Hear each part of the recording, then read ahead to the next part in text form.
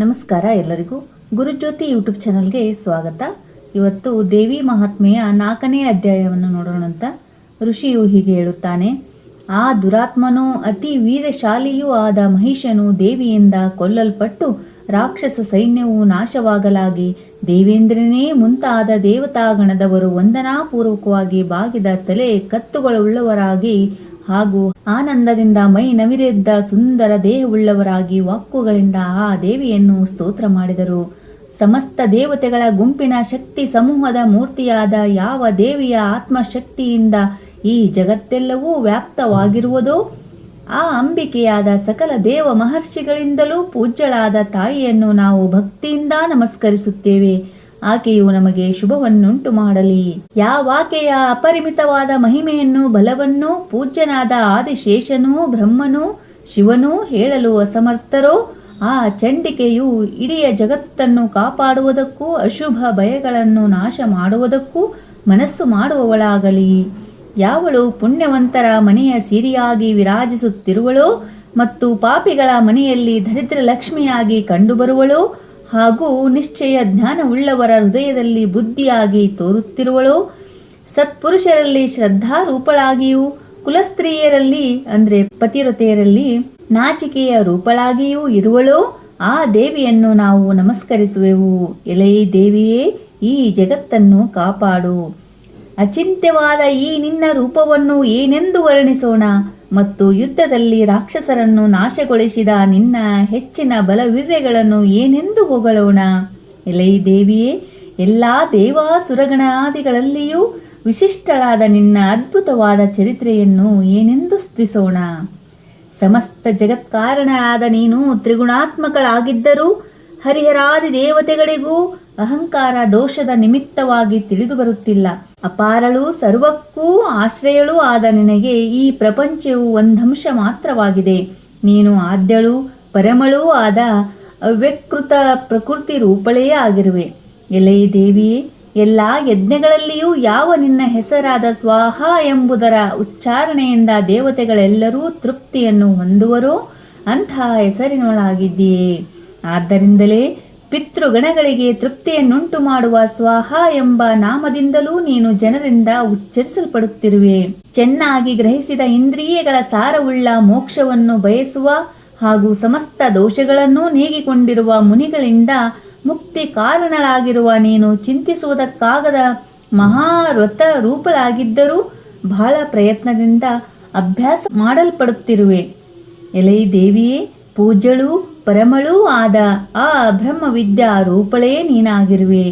ಶಬ್ದ ಸ್ವರೂಪಳಾದ ನೀನು ನಿರ್ಮಲ ಸಾಹಿತ್ಯಗಳಾದ ಋಕ್ ಯಜಸ್ಸುಗಳಿಗೆ ಕಾರಣಳಾಗಿರುವೆ ಮತ್ತು ರಮ್ಯವಾದ ಪದಪಾಠ ಉದ್ಗೀತ ಗಾನಗಳುಳ್ಳ ಸಾಮಗಳಿಗೂ ಭಗವತಿ ಎನಿಸಿರುವವಳು, ತ್ರೈವೇದ ಮಾತೆ ಎನಿಸಿರುವವಳೂ ನೀನೇ ಮತ್ತು ಸಕಲ ಜಗತ್ತಿನ ಅತಿ ಹೆಚ್ಚಿನ ಸಂಕಟಗಳನ್ನು ನೀಗುವಂತ ವಾಗ್ರೂಪಳಾಗಿ ಸಂಸಾರ ನಿರ್ವಹಣೆಗೂ ಆಧಾರಳಾಗಿರುವೆ. ಎಲೈ ದೇವಿಯೇ, ಸಕಲ ಶಾಸ್ತ್ರಗಳ ಸಾರವನ್ನೂ ಬಲ್ಲ ಮೇಧಾದೇವಿಯೇ ನೀನಾಗಿರುವೆ. ದಾಟಲ ಸಾಧ್ಯವಾದ ಸಂಸಾರವೆಂಬ ಸಾಗರದಲ್ಲಿ ಅಂಟಿಕೊಳ್ಳದ ಸ್ವಭಾವದ ದುರ್ಗೆ ಎಂಬ ಹಡಗಾಗಿ ಇದ್ದುಕೊಂಡಿರುವೆ. ಕೈಠಬ ಶತ್ರುವಾದ ವಿಷ್ಣುವಿನ ಹೃದಯವನ್ನೇ ಮುಖ್ಯ ವಾಸಸ್ಥಾನವಾಗಿ ಮಾಡಿಕೊಂಡು ವಾಸ ಮಾಡುತ್ತಿರುವ ಮಹಾಲಕ್ಷ್ಮಿಯೇ ನೀನಾಗಿರುವೆ ಮತ್ತು ಚಂದ್ರಮೌಳಿಯಾದ ಮಹಾದೇವನ ಅರ್ಧಾಂಗಿಯಾಗಿ ನೆಲೆಸಿರುವ ಗೌರಿಯೂ ನೀನೇ. ಸ್ವಲ್ಪ ಮಟ್ಟಿನ ಮುಗುಳು ನಗೆಯಿಂದ ಕೂಡಿ ಶುಭ್ರವಾಗಿರುವ ಪೂರ್ಣಚಂದ್ರನ ಬಿಂಬವನ್ನು ಹೋಲುವ ಉತ್ತಮವಾದ ಅಪ್ಪಟ ಚಿನ್ನದಂತೆ ಕಾಂತಿಯುಕ್ತವಾದ ಮತ್ತು ಕೋಪದಿಂದ ರಾಕ್ಷಸನು ಹೊಡೆಯಲ್ಪಡುವಾಗಲೂ ಅತ್ಯದ್ಭುತ ಸೌಂದರ್ಯದಿಂದಲೇ ಕೂಡಿದ್ದ ಹಾಗೂ ಉದಯಿಸುತ್ತಿರುವ ಚಂದ್ರನಂತೆ ಕಾಂತಿಯುಳ್ಳ ನಿನ್ನ ಮುಖವನ್ನು ಮಹಿಷಾಸುರನು ಕಂಡಾಗ, ಎಲೈ ದೇವಿಯೇ, ಅದು ಗಂಟಿಕ್ಕಿದ ಹುಬ್ಬುಗಳಿಂದ ವಿಕೃತವಾಗಿ ಕೋಪದಿಂದ ದುಗುಡವಾಗಿದ್ದುಕೊಂಡಿತ್ತಲ್ಲವೇ. ಅದನ್ನು ಕಂಡ ಕೂಡಲೇ ಆ ಮಹಿಷನು ಪ್ರಾಣತ್ಯಾಗವನ್ನು ಮಾಡಲಿಲ್ಲವಷ್ಟೇ. ಅದು ಅತ್ಯಾಶ್ಚರ್ಯಕರವಾಗಿದೆ. ಏಕೆಂದರೆ ಕೋಪಗೊಂಡ ಯಮನ ದರ್ಶನವಾದಾಗ ಯಾರು ತಾನೇ ಬದುಕಿದ್ದಾರೋ. ಪರಮಳೂ ಪೂಜ್ಯಳೂ ಆದ ದೇವಿಯೇ, ನೀನು ಜಗತ್ತಿನ ಹುಟ್ಟು ಬೆಳವಣಿಗೆಗಳಿಗಾಗಿ ಪ್ರಸನ್ನಳಾಗು. ಏಕೆಂದರೆ ಕುಪಿತಳಾದೆಯಾದರೆ ಕುಲಗಳನ್ನೇ ಕೂಡಲೇ ನಾಶ ಮಾಡಿಬಿಡುವೆ. ಮಹಿಷಾಸುರನ ಅತಿ ದೊಡ್ಡ ಬಲಿಷ್ಠವಾದ ಸೈನ್ಯವೆಲ್ಲವೂ ಈಗಲೇ ವಿನಾಶವನ್ನು ಹೊಂದಿದ್ದನ್ನು ಕಂಡ ನಮಗೆ ಈ ವಿಚಾರವು ಗೊತ್ತಾಗಿದೆ. ಯಾರ ವಿಷಯಕ್ಕೆ ನೀನು ಅಭ್ಯುದಯ ದಾತ್ರಿಯಾಗಿ ಪ್ರಸನ್ನಳಾಗುವೆಯೋ ಅವರೇ ರಾಷ್ಟ್ರಗಳಲ್ಲಿ ಮಾನ್ಯರಾಗಿರುವರು. ಅಂಥವರಿಗೆ ಧನ ಲಕ್ಷ್ಮಿ ಒಲಿಯುವಳು. ಅವರಿಗೆ ಯಶಸ್ಸು ಕೀರ್ತಿಯೂ ಲಭಿಸುವುದಿದೆ. ಅಂಥವರ ಧರ್ಮಾನುಷ್ಠಾನ ಪರಂಪರೆಗಳು ಕುಸಿಯುವುದಿಲ್ಲ. ಮಕ್ಕಳು ಆಳುಗಳು ಹೆಂಡಂದಿರನ್ನು ಚೆನ್ನಾಗಿ ಕಾಪಾಡಿಕೊಳ್ಳುವ ಅಂಥ ನಿನ್ನ ಭಕ್ತರೇ ಧನ್ಯರು. ಎಲೈ ದೇವಿಯೇ, ಪುಣ್ಯವಂತನಾದವನು ಯಾವಾಗಲೂ ಬಹಳ ಶ್ರದ್ಧಾಪೂರ್ವಕವಾಗಿ ನಿನ್ನ ಧರ್ಮ ಕಾರ್ಯಗಳನ್ನು ಪ್ರತಿದಿನವೂ ಮಾಡುವನು ಮತ್ತು ನಿನ್ನ ಅನುಗ್ರಹದಿಂದ ಅನಂತರ ಸ್ವರ್ಗವನ್ನೂ ಹೊಂದುವನು. ಅದರಿಂದ ನೀನು 3 ಲೋಕಗಳಲ್ಲಿಯೂ ಕರ್ಮ ಫಲಪ್ರದಳಾಗಿರುವೆ. ಎಲೈ ದುರ್ಗಿಯೇ, ನೀನು ನೆನೆಯಲ್ಪಟ್ಟೆಯಾದರೆ ಎಲ್ಲ ಪ್ರಾಣಿಗಳ ಸಕಲ ವಿಧವಾದ ಭಯವನ್ನೂ ಕಳೆಯುವಳಾಗುವೆ. ಇನ್ನು ಶಾಂತ ಚಿತ್ತದಿಂದ ಸ್ಮರಿಸಲ್ಪಡುವೆಯಾದರೆ ಅತಿ ಹೆಚ್ಚಿನ ಕಲ್ಯಾಣಕರವಾದ ಬುದ್ಧಿಯನ್ನು ನೀಡುವೆ.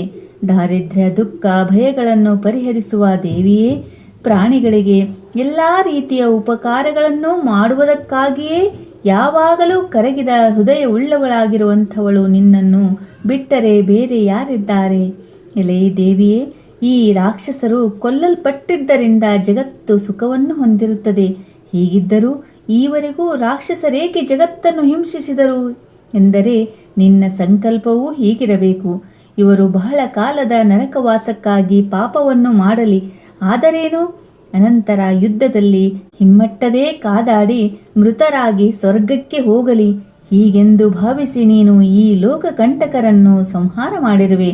ಎಲ್ಲ ರಾಕ್ಷಸರನ್ನು ನೋಟದ ಮಾತ್ರದಿಂದಲೇ ನೀನು ಸುಟ್ಟು ಹಾಕದೇ ಇರುವುದೇಕೆಂದರೆ ಮತ್ತು ಆ ಶತ್ರುಗಳನ್ನು ಸಂಹರಿಸಲು ಶಸ್ತ್ರಗಳನ್ನು ಬಳಸುವೆ ಏಕೆಂದರೆ ಶಸ್ತ್ರ ಪ್ರಹಾರದಿಂದ ಪರಿಶುದ್ಧರಾದ ಅವರು ಶತ್ರುಗಳೇ ಆದರೂ ಪುಣ್ಯ ಲೋಕಗಳನ್ನೇ ಪಡೆಯಲಿ ಎಂಬುದೇ ಉದ್ದೇಶವಾಗಿದೆ.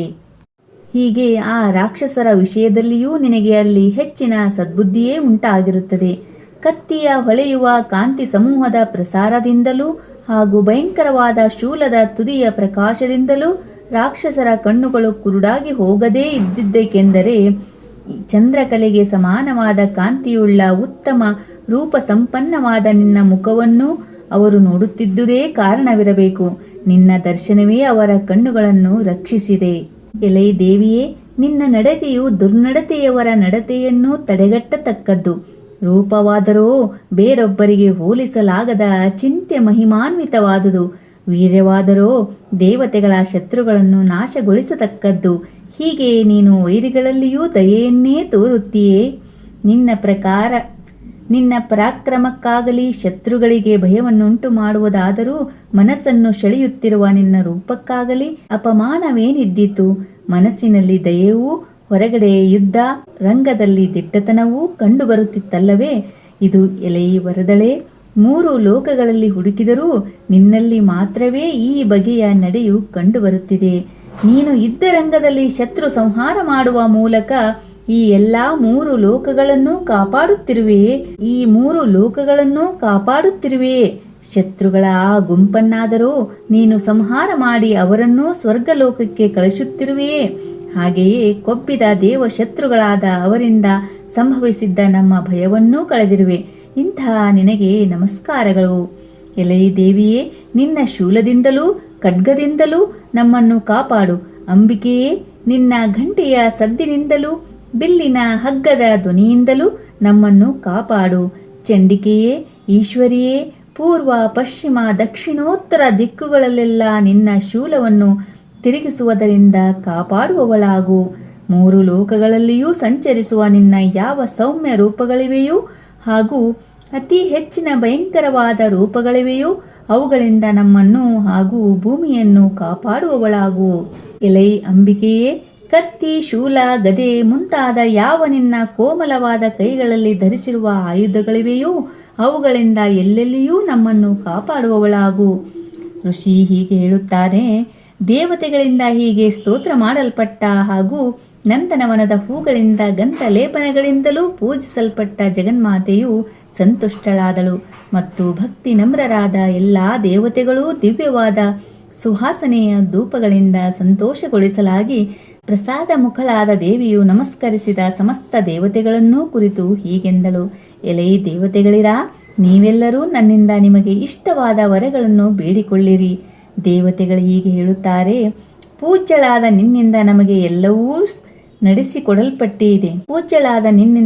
ಎಲ್ಲವೂ ನಡೆಸಿಕೊಡಲ್ಪಟ್ಟೇ ಇದೆ. ನಾವು ಕೇಳಿಕೊಳ್ಳುವುದೇನೂ ಉಳಿದಿರುವುದಿಲ್ಲ. ನಮ್ಮ ಶತ್ರುವಾದ ಮಹಿಷಾಸುರನ ಈಗಾಗಲೇ ಸಂಹರಿಸಲ್ಪಟ್ಟಿರುವನು. ಎಲೈ ಮಹೇಶ್ವರಿಯೇ, ಇನ್ನು ನೀನು ವರವನ್ನು ನಮಗೆ ಕೊಡಬೇಕೆನ್ನುವೆಯಾದರೆ ನಾವು ಸ್ಮರಣೆ ಮಾಡಿದಾಗಲೆಲ್ಲ ನೀನು ನಮ್ಮ ಸಂಕಟಗಳನ್ನು ನಾಶಗೊಳಿಸುತ್ತಿರಬೇಕು. ಎಲೈ ನಿರ್ಮಲ ನನಯೇ, ಇನ್ನು ಯಾವ ಮನುಷ್ಯನು ಈ ಸ್ತೋತ್ರಗಳಿಂದ ನಿನ್ನನ್ನು ಸ್ತುತಿ ಮಾಡುವನೋ ಅವನಿಗೆ ಐಶ್ವರ್ಯ, ಸಮೃದ್ಧಿ, ವೈಭವ, ಹಣ, ಹೆಂಡತಿ ಮುಂತಾದ ಸಂಪತ್ತುಗಳ ಅಭಿವೃದ್ಧಿಗೆ ಯಾವಾಗಲೂ ನೀನು ಕಾರಣಳಾಗು. ಎಲೈ ಅಂಬಿಕೆಯೇ, ನಮಗೆ ಪ್ರಸನ್ನಳಾಗಿರುವ ನೀನು ಈ ವರವನ್ನು ದಯಪಾಲಿಸು. ಋಷಿ ಹೀಗೆ ಹೇಳುತ್ತಾನೆ, ಎಲೈ ರಾಜನೇ, ದೇವತೆಗಳಿಂದ ಹೀಗೆ ತಮಗಾಗಿಯೂ ಲೋಕ ಕಲ್ಯಾಣಕ್ಕಾಗಿಯೂ ಪ್ರಾರ್ಥಿಸಲ್ಪಟ್ಟ ದೇವಿಯಾದ ಭದ್ರಕಾಳಿಯು ಹಾಗೆಯೇ ಆಗಲಿ ಎಂದು ಹೇಳಿದವಳಾಗಿ ಅಂತರ್ಧಾನಳಾದಳು. ಎಲೈ ರಾಜನೇ, ಹಿಂದೆ ಆಕೆಯು ಹೇಗೆ ಅವತಾರ ಮಾಡಿದಳು ಎಂಬುದನ್ನು ನಿನಗೆ ಹೇಳಿರುತ್ತೇನೆ. ದೇವತೆಗಳೆಲ್ಲರ ಶರೀರಗಳಿಂದ ಹೊರಬಿದ್ದ ತೇಜಸ್ಸು 3 ಲೋಕಗಳಿಗೂ ಹಿತವನ್ನುಂಟು ಮಾಡುವ ದೇವಿಯಾಗಿ ಆವಿರ್ಭವಿಸಿದ ಕಥೆಯನ್ನು ಈವರೆಗೆ ಕೇಳಿದೆಯಷ್ಟೇ. ಮತ್ತೆ ಆಕೆಯು ಪಾರ್ವತಿಯ ದೇಹದಿಂದ ಹುಟ್ಟಿದವಳಾಗಿ ದುಷ್ಟರಾದ ರಾಕ್ಷಸರ ಹಾಗೂ ಶುಂಭ ನಿಶುಂಭರ ವಧೆಗಾಗಿಯೂ ಲೋಕಗಳನ್ನು ಕಾಪಾಡುವುದಕ್ಕಾಗಿಯೂ ಹೇಗೆ ಕಾರ್ಯಪ್ರವೃತ್ತಳಾದಳೋ ಅದನ್ನು ಕೇಳುವವನಾಗು. ದೇವತೆಗಳಿಗೆ ಉಪಕಾರಿಣಿಯಾದ ಆಕೆಯ ಕಥೆಯನ್ನು ನಡೆದಂತೆ ನಿನಗೆ ಹೇಳುವೆನು. ಇತಿ ಶ್ರೀ ಮಾರ್ಕಂಡೇಯ ಪುರಾಣೆ ದೇವಿ ಮಹಾತ್ಮೆ ಚತುರ್ಥೋಧ್ಯಾಯ ಸಂಪೂರ್ಣಂ. ಇಷ್ಟೊತ್ತು ದೇವಿ ಮಹಾತ್ಮೆಯನ್ನು ಕೇಳಿದ್ದಕ್ಕಾಗಿ ಎಲ್ಲರಿಗೂ ಧನ್ಯವಾದಗಳು. ದಯವಿಟ್ಟು ನಮ್ಮ ಚಾನಲ್ನ ಸಬ್ಸ್ಕ್ರೈಬ್ ಮಾಡಿಕೊಂಡು ಸಪೋರ್ಟ್ ಮಾಡಿರಿ ಅಂತ ಕೇಳ್ಕೊತೀನಿ. ಆದಷ್ಟು ಈ ವಿಡಿಯೋನ ನಿಮ್ಮ ಫ್ರೆಂಡ್ಸ್ಗೆಲ್ಲ ಶೇರ್ ಮಾಡಿರಿ.